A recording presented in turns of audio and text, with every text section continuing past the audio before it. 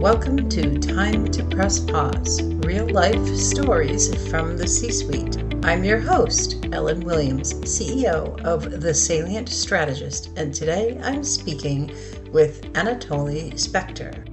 And we discuss how it's not just about making money, but how you make money, and the importance of connecting with both your products and your customers.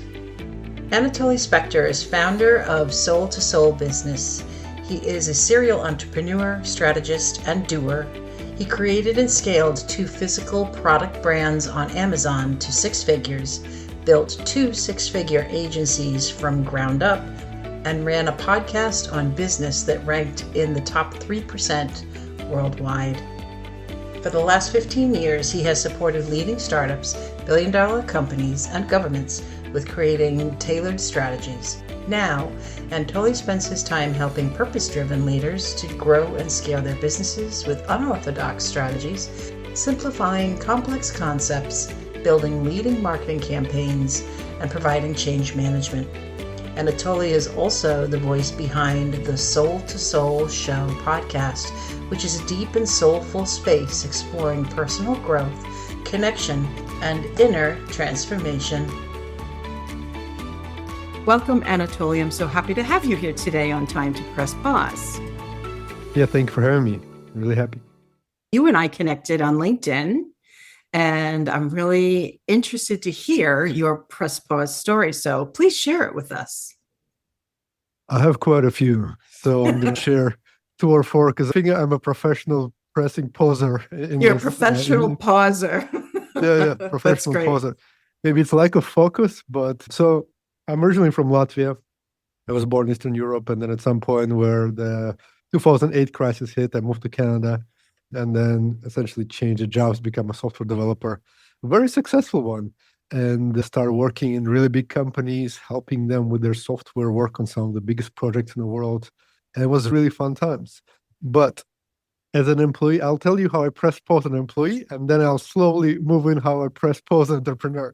Because I think both are very relevant. There's a lot of employees who cannot press pause, like myself. And I would see the pattern and I would ignore it. And the pattern would be that I would put all my heart to the project. And then something in management changes or environment changes, and I would keep going. And I would keep going, and I would struggle.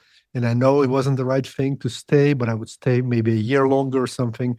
And retrospectively looking back, I would be like, why did I not leave earlier? And the science will be that people stop valuing you, people start listening to you, and the essence of why you joined the company would disappear.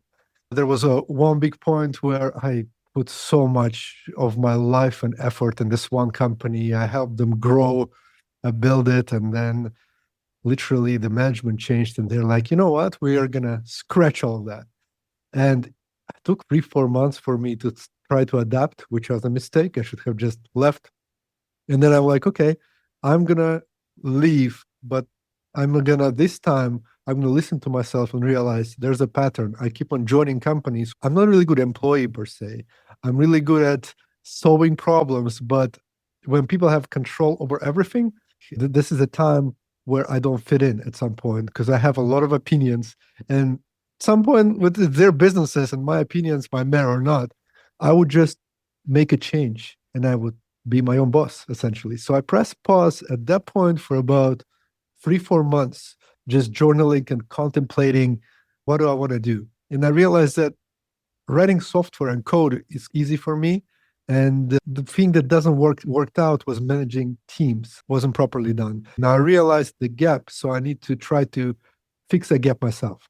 So I opened a consultancy where I would help companies to manage their teams, starting with development teams, because it's my background. I was really good at that. I understand development lifecycle very well. And I started as a contractor in a big company, not employee anymore, my own hours, doing my own things, went really well, helped them scale. And I realized, okay, I can do more of this. So then I started posting some content on YouTube, teaching people how to create processes. And at some point, governments or really big companies start looking at it and start inviting me to help them to help with their process. It was very good. I press pause on that as well, but I'm going to share a story in a few minutes. But essentially at that point, I was like, okay, I'm so good. I should try do more things, like more businesses. And retrospectively, that also might not have been the best thing to spread the focus too thin. I was talking to a lot of people who have passive income, which is never passive for people who are listening. But when you're young and people tell you those buzzwords, you start to get excited about them. So I started creating a physical product that I didn't really care about, but I thought that would make me money. I would sell toys. I would make them in China and sell them online. I would sell T-shirts. I would sell a whole bunch of different things. Quite successfully, but I was never connected to the product itself. So at the point, like I wasn't a dad, I didn't have any children, but I would sell supplements for female. And I was like, so strange. Why am I getting itself into that? But I guess it was a good money, allow me to live comfortably, which is a trap. If you want to press pause when you do something that's very comfortable, it's very hard for you to press pause because it's so lucrative. So at some point, I realized that I run businesses I don't really care about. I don't know my clients. I just do it because literally to make money that I also don't spend in any good way because I don't have any purpose. I never see and I never connect on a personal level. It's more take and give. And it took me about 10 years of all of this, running all of this, moving countries, living around the world, coming. Now I live in Bali. So coming to Bali and realizing, you know what? I just sit here in my villa in Bali, talk to people that in a suit and I don't wear a suit, selling products that I don't know my customers. There's something must be really wrong. So that put me in a different trajectory. I pressed pause on my Amazon. I was selling things on Amazon, so essentially different physical products, e-commerce businesses. So I pressed pause on that. It was running for itself. It was going down because I didn't really care too much about it. I was doing it mostly for monetary gains. And I pressed pause and I said, okay, I'm just going to find a buyer, which wasn't easy to do as well, sell those. And then I pressed pause on my consulting, which I did really well. Like my superpower is looking at very complicated concepts and finding simple solutions. I'm really good at that. Technology, the same thing. Running teams, same thing. Building business, the same thing. So I'm like, how do I use all of this in a way that I would really enjoy, in a way that would be bigger than I just go here and exchange money for time? And that one shift happened. So it took me about maybe another year to press pause and contemplate that. And then I realized, why don't I do the same, but for people I really care about? In Bali, I met a lot of entrepreneurs doing amazing things. I was running a podcast where I would interview them and figure out their lives and really deeply connect with them. And then I decided to do what I did with the companies, but for the people I really care about. And for 2 years now, I've been running this company called Soul to Soul, where we're helping purpose-driven businesses that do bigger than just making money, because it's my pain, and I also want to work with people who are more than just making money, doing some really cool things to the world, and I help them to scale. We use technology that I'm proficient in. We use business strategy. Right now, we're mostly focused on product businesses, so I can also use my e-commerce experience. So I combine all of those by pressing pauses along the way to serve people that I really care. And the work is now fun, and my involvement, emotional involvement, is way bigger. I really care. And the time I spend extra time helping them pays off really well in all respects. That's a short story. Wow. That was an amazing journey you took us through in a very short amount of time. I do agree with that. And so I have a lot of things I want to ask you for. But first of all, thank you for sharing that. It was very enlightening. The first thing I want to ask about was not a good employee. I have had moments of that feeling as well, that you have ideas, you have concepts, you want to follow them through, and you're just not in a position to do that. So I think over the years, I've become a better employee and more of a team player, but certainly throughout my career, I can see that connection of not being a good employee. I did want to ask you, you said you took 3 to 4 months. Did you say you were journaling? Yeah, I did a bunch of journaling. I did a bunch of retrospection, what exactly didn't work, being an employee, and essentially being a software developer where I write code and I don't have any, and the team breaks apart. So I was like, okay, so what else can I control in this life cycle where I can have more impact? And for me, that was actually running those teams was more important than writing code, even though I love writing code and I'm really good at writing code. But if I don't control the outcome at the end, it doesn't matter how good a coder I am. And this was a very sad realization that, okay, I can, even if I open my own company, I will still need to run teams that can do code, because like one coder is a very rare kind of scenario that you can build something very impactful. So those skills I need to have. And the sooner I can learn those skills and apply those skills, the bigger chance for me to having more success along the line. So during your journaling is where you identified that gap. Yes. Yeah. Interesting. And I also figured out, okay, so I was journaling mostly at the time, what breaks in the process? Why is this the same pattern? Because I was at the 3 different companies, all amazing companies, people doing great things. But there's always a shift where the team, you lose control of the team themselves. And then essentially there's a big gap between management and a team. So there's somebody needs to be who can say to the leader, it's going to be all right. We're going this way. This is why. Here's the data. Relax. And then you need to talk to your team and say, we're going to be fine. Relax. Let's focus on this and on that. This is our priority. And essentially, if you don't know technology and people at the same time very well, those skills, it's very hard for you to be the bridge. This is one of the most important things. So that's why a lot of people in leadership position fail running software companies, because software developers just don't trust them because they don't have experience. They think they don't understand, and it breaks the cycle. Do you think that's unique to the technology industry? In general, no. But I think there are some skills that you can learn as a leader. If you're running a sales department as a leader, you have to sell anyway. So it will be easier for you to run sales teams or marketing teams. But very technical teams like engineers, they don't have high trust in people who talk, who sell. Usually, like in a software company, you would see how salespeople sell before the developers build. And it always annoys the developers because you don't know what you're talking about. We can't even do that. What are you selling?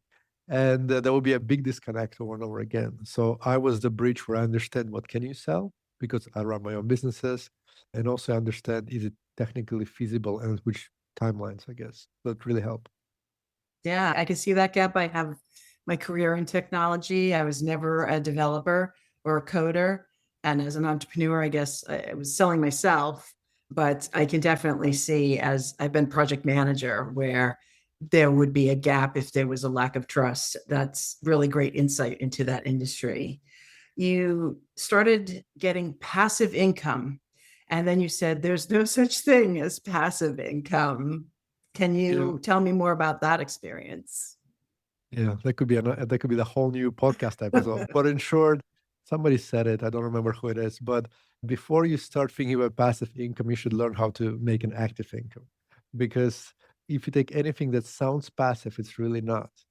To some degree, investing in stocks might be passive income, but you need to have a liquid capital to do that. But if you're talking about running a business and saying it's going to be passive, it's a big mistake. And a lot of that thinking about passive income was that you put product on the platform like Amazon, people buy, and you build the systems and it all works. Well, it takes a lot of time to automate things. Now I help businesses scale, so I know how long it takes for you to build systems to be able to do that. So you can get there, but the skills required are like 10x to what I had before. So right now, probably doing it again, probably in 5 years, I can make it quite passive, but still you always need to keep your hand on the pulse. It's your business. I automated as much as I could, but they still have to be my involvement. And as an entrepreneur, you always solve the hardest problems. So the problems that come are problems nobody else can solve. It's not really passive. It's passive until you get, I don't know, COVID happened at one point and we had a bunch of product sitting in China and we could not ship it. So this is what entrepreneurs solve. So you actually solve the worst problems that people have. And now this is passive. And it can be passive for a little bit, but not for a while. It can be passive, but you have to be around to be the problem solver, because inevitably there's problems. So it really isn't passive. It works for a while until it doesn't. Yes. And when it doesn't, it crashes very hard. And then it's way, way harder for you. If you don't sit there and control the process at all times, when it crashes, then your passive income disappears overnight. Yeah, that makes sense. They're big problems if you're not monitoring it and catching it Yeah, before it gets big. That makes sense in any business, honestly, not just 100%. ones where you think it's going to be some passive income. Yeah, yeah. I also liked the introspection that you had, that you realized there must be something more than just trading money for time, is what you said, or making money, but then you said you didn't really spend it because you didn't have a passion. So it sounds like you did a lot of internal work to better understand not just what you could do, but who you are and how to try to marry those two things. Yeah, I started scaling down. So I didn't do a lot of work. My team did most of the work. And at one point, I met my current business partner, and she helps coach leaders. And we did a session with her. And I'm like, I think I need to close it all. And then we decided, she's maybe you need to just think about it in a different way. And I'm like, yeah, maybe I should do the same thing, like all the skills I know, which are very valuable. People pay me a lot of money for it, and just do it for people I really care about because they all need this. There's a lot of people who have great ideas. They're brilliant and they're kind and they're nice and they have great visions, but they have no idea how to run business. So I can just tell them what buttons to click and where to go to find clients, and then I can walk them through the journey. And every time they will make bigger impact, I'll be part of that. I love that you really have pulled together all the different elements of your journey, from your coding to e-commerce to leadership and team management, into all wrapped up. Not that you weren't doing it successfully before, but a simple shift of, I just want to change my market, really, right? My customer base. Yeah. It's very simple. And looking back, I'm like, this is a no-brainer. But I guess there's a fear.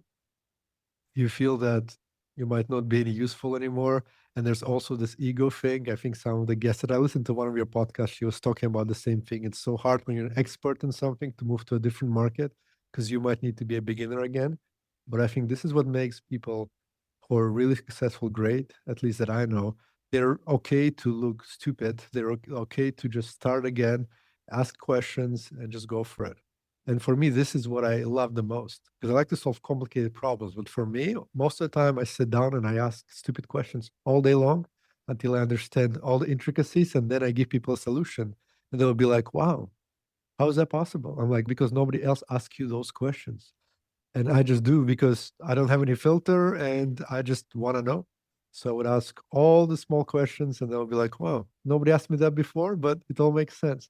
Just having the right questions already give you the right answers. And right now, in terms of any strategy, any business, I try to find the question, not the answer. What is a question I need to ask that will get me the right answers? I totally agree. Most of my career has been in business analyst needs analysis, and you just keep hammering, you just keep asking questions. Sometimes it's just why? Why did you do it that way? Why? Yeah. And then you get down to the actual answer, and all of a sudden, almost everyone in the room has an aha moment. Oh, we don't have to do it this way if this is the what we're trying to get out of it, because we're trying to get here. I think there's a program called the 7 Whys. If you ask why 7 times, by the 7th answer, you get the real reason why. And when I was with Constant Contact, I had a team, and we had been asked to ask our team these 7 whys. And it was really like, why are you in this role? Oh, I like doing this. Oh, I like working with customers. And one of my team members at the final why said, I want to buy a Corvette. Oh, wow. And I was like, cool. okay, there's a why. Yeah. Let's get you there. So it was really fascinating to learn when you start asking those questions. And in a business scenario, sometimes you ask questions where they had never really even thought about that question, and it makes them have to take a pause, right? 5-minute pause, and figure it out to be able to answer that question. And that's when you really start to understand where you can make a difference and where there's possibility for improvement. So I totally get that. 100%. 100%. I do have one final question. What advice would you have for leaders as to when they could identify it's time for them to press pause? It's a very good question. A lot of this comes to intuition. If you feel burnout, you feel that you're stuck. I work with a lot of people who are stuck. They're like, I don't know. I just don't know how it's going to move forward. And I'm like, it's going to move forward like this. And they're like, ah. So they don't even see something very simple. And when that happens, it means that you're too much in the weeds and you should just stop. And the only way, like, it's very counterintuitive because you want to keep going and keep hammering, but everything, your body tells you to stop. You're always tired. Your employees telling you to stop because you keep on annoying them. So those are the signals you really need to see and say stop. And a lot of it is also ask for help. So what I never realized before that coming to me over and over again is if I would just ask for help at all of those times, I would actually get way, way ahead. And I would learn the lessons I had to learn, not in 10 years, but in one. When I started choosing those binoculars for my commerce business, if I would find a mentor and say, what would I choose? What is the right product? They might have guided me in a way where I would either choose the right, maybe more money, but also they might tell me, what do you like to do? What is your passion? There's nothing wrong with a vehicle of running business. You can run a commerce business and sell people things that you really love and be really connected to your product and be really happy. But once you are young and I guess your ego gets over you and you're like, yeah, I'm just going to get rich. You can get rich and there's nothing wrong with getting rich, but the way you get rich defines or your journey. So essentially what I would recommend is if your body tells you and your environment tells you that nothing's working on, stop and also ask for help, which is the hardest thing to do for any entrepreneur. Asking for help can be difficult. And I think you're right. The ego does get in the way. I love that you said it's okay to be rich or get rich. It's just how you get there. And I think that's important. That's an important distinction between having money and having happiness.